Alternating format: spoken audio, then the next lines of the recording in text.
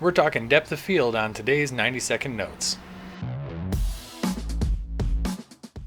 So the classic definition of depth of field is the distance between the nearest and the farthest object that is acceptably sharp in focus in an image. The truth is that there's no consistent measurable when it comes to depth of field. The appearance of this phenomenon changes depending on a variety of different factors.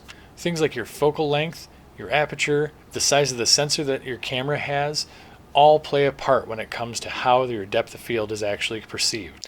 Everybody's always after that super shallow depth of field, mainly because it's perceived as very cinematic. There are a number of different ways that you can try to achieve this look. The most popular is basically to have a pretty fast prime lens. By a fast lens, what I mean is a lens that has a maximum aperture of somewhere in the ballpark of f1.8 to possibly f1.4 or f1.2. Other ways that you can achieve a similar look would be to extend your focal length. So if you use a longer lens, like let's say a 70-200 zoomed all the way out to 200 millimeters, what you're going to do is compress that background, and depending on how you position yourself, you can very easily knock out the background and make it seem like you have a very, very shallow depth of field. On the other end of this, many landscape photographers prefer to try to get a very deep depth of field.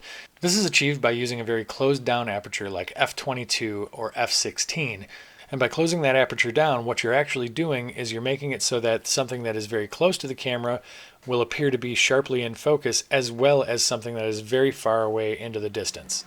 So I hope you guys enjoyed this 90-second notes episode. If you did, please hit that like button, hit that subscribe button, and if you're interested in more information on this topic and other topics in this series, please check out my website at www.mikelazareki.com/90second notes.